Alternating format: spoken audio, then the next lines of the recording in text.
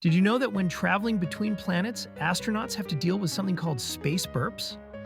In the microgravity of space, the gas in your stomach doesn't separate from the liquids and solids like it does on Earth. So when you burp, you might get a little more than you bargained for.